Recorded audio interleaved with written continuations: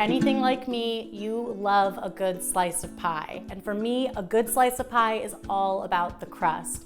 Something really tender, really flaky, all wrapping up that incredibly delicious filling. I'm Erin Jeanne McDowell, and this is everything you need to know about pie crust. Now, the process of mixing pie dough can kind of be customized to what works best for you. I like to use my hands because I find it gets the most accurate results. You can really be feeling the dough while you work, but I also have naturally cooler hands. So if you naturally have slightly warmer hands, you might want to enlist the help of a pastry cutter. It's really important that all the ingredients are cold. If you remember nothing else from this video, that's the most important thing. Pie dough likes to be cold. So you can always even put the ingredients, the entire bowl of flour, your entire bowl of cubed butter. You can put ice in your water, but you can put all of these ingredients into the fridge until the exact moment you're ready to start mixing. I'm going to add my fat. In this case, that fat is butter. I'm going to add it into my flour, and as I'm adding it, I'm kind of separating the cubes. The reason for this is that we want each of these cubes of fat to be fully coated in flour the whole time, throughout this entire process. If it is not coated in flour, when it hits the heat of the oven, it's going to risk melting. Even if it's well chilled, it could melt because it doesn't have that flour as sort of a protective barrier. So that's really, really important. So after I separate each cube, we'll toss it so that they're fully coated on all sides with flour. Once each of the pieces are coated in flour, we can start the process of shingling the butter. Grab 2 pieces of butter and use the thumb to kind of press the pieces flat, shingling them. We then want to add them back into the bowl and make sure that they're coated in flour. We're going to keep doing that with fresh pieces of fat. You're going to keep shingling, keep shingling, keep shingling, and how far you go depends on the end result you're looking for. So to get a mealy crust, you want to mix the fat until it resembles the size of peas inside the dough. If you want a flaky crust, you want to mix your fat until it's about the size of walnut halves in the dough. And this is really important because if you mix the fat in too finely, you're going to end up with a really crumbly, more cookie dough-like than pastry dough or pie dough-like. Once your butter is the right size, it's time to add the water. So now what I'm going to do is I'm going to make a well in the center of my bowl. This was ice water. Some of my ice has melted, but the water is still very cold. I'm going to start by adding a pretty decent amount. And what I'm going to do at first is this kind of tossing motion with my hands. I'm not going to mix, I'm not going to stir. I'm just going to toss because I want that water to start to distribute throughout the bowl. I'm also going to break up some of the larger clumps that start to form because there's a lot of water hiding in those larger clumps. So I just want to make sure that I break any of those up and kind of mix them back in. I'm looking actively for the floury bits down here. So I am definitely at a point where I need to add more liquid. So what I'm going to do is I'm just going to make another well in the center. And this time we're going to add a little less. And we're just going to do that tossing motion again. Something that happens pretty commonly when I'm mixing pie dough is that a huge part of it does come together and there are still kind of some powdery bits in the bottom of the bowl. So instead of trying to hydrate the whole thing, I'm only going to hydrate the part that needs it. So what I'm going to do is I'm going to stick my hand, my floury hand, into this ice water, and I'm just going to use the water that's on my fingers to just flick some water into this section of the bowl.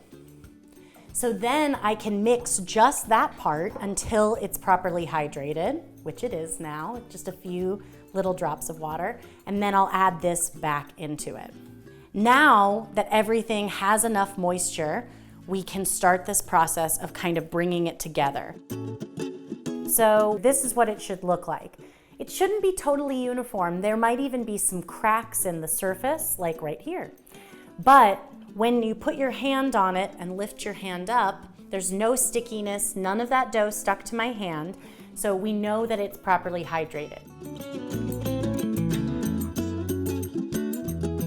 I'm gonna put these in the fridge until they're nice and chilled, 30 minutes to an hour, or even up to overnight.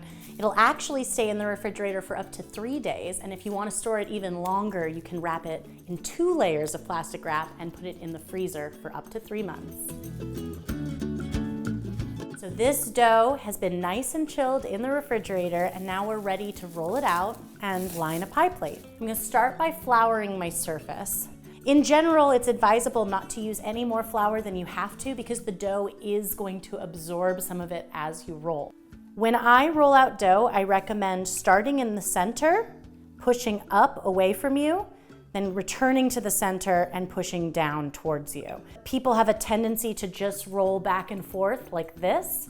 And what that does is it makes it sort of uneven. It's thicker at the edges than it is in the center. So it's really important to kind of start in the middle and push out, return to the middle and push back. You'll also notice that I'm turning the dough a lot. I'm rotating it. I'm rubbing it around in that flour a little bit, and that's because that also helps prevent it from sticking. You can actually use the rolling pin to help pick it up by rolling it over the rolling pin, rotating it the direction that you want, and then using the rolling pin to help you unfurl it. You can see these large pieces of butter in the dough. It's really important that you can visibly see them. There's moisture inside butter. So when this cold crust hits a very hot oven, the moisture in that butter evaporates, creating steam, and it puffs up, creating this light, flaky, crisp crust. So that's why it's so important that we have those big pieces of butter. Once your pie crust has had a little bit of a chill, you can prepare the edges. It's a little bit different to do it for a single crust pie than for a double crust pie, so let's do a single crust pie first. I've got my scissors here because I think that that's the easiest tool to trim away some of the excess dough. What we want to do is we want to trim that excess so there's only about between a ½ inch and 1 inch of excess. Now what we're going to do is we're going to tuck that excess that still remains under itself all around the outside edge.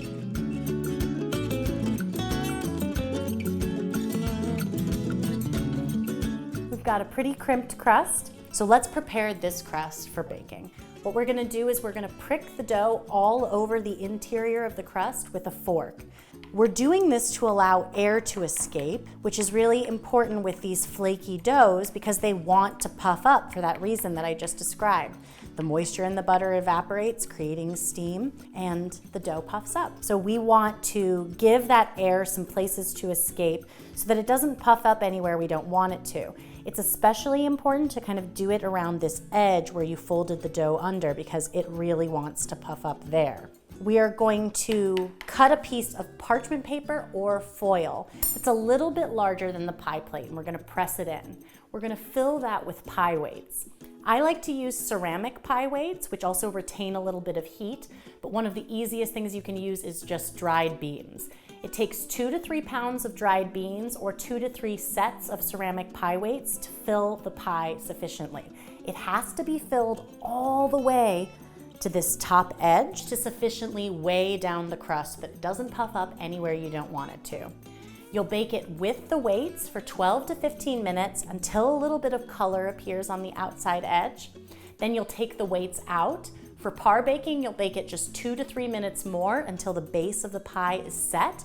For blind baking, you'll take it up to 10 minutes more until you start to get a little bit more of a golden color in the base of the pie dough.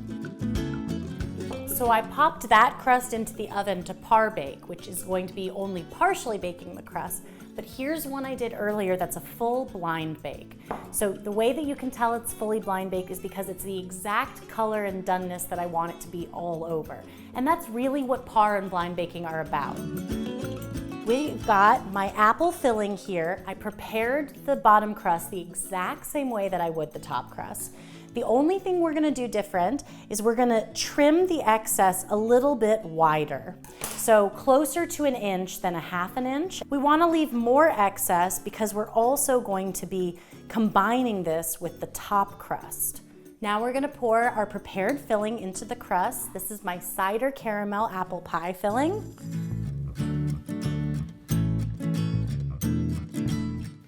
Once our filling is in the crust, we're gonna top it with another crust. Now, when I roll out pie crust for a top crust, I tend to make it just a touch thicker than I do for the bottom crust, just because I love a good amount of crust on the top of a pie, especially one like apple. At this point, I like to sort of press around the filling just a little bit.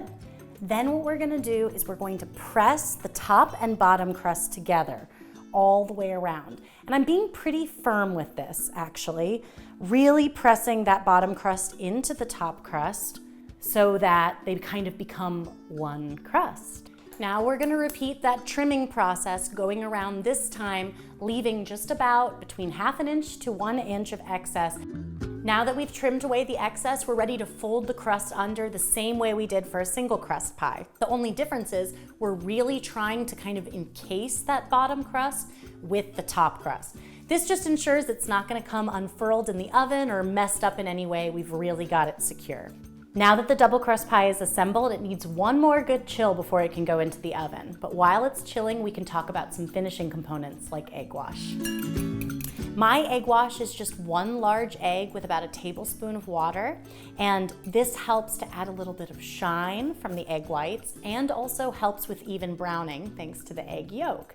So this is a really simple thing you can do to brush all over your pie. Sometimes I brush less on the edges of the pie as they tend to brown more on their own. Then the other thing I always like to add is some coarse sugar. This is turbinado sugar, which is my favorite to add, but you can also use sanding sugar, sparkling sugar, pearl sugar, really any kind of coarser sugar. Even regular granulated sugar adds a little bit of sweetness, and as it browns in the oven, it creates this incredible caramelized flavor on just the outside of the crust that I just love. There's one final thing we have to do to a double crust pie that isn't true when you're only doing a single crust pie, and that's cutting some vents. We need to give room for the steam to escape, especially when you're baking a fruit pie, which are the most common double crust pies. They contain lots and lots of moisture, so as they cook, they're going to shrink a little, so we need to allow that steam somewhere to escape. You want to cut the vents after you've egg washed and sugared the crust, because if you apply the egg wash and sugar after, it could actually close up the vents. You can do this more decoratively, or they can just be as simple as a couple of lines.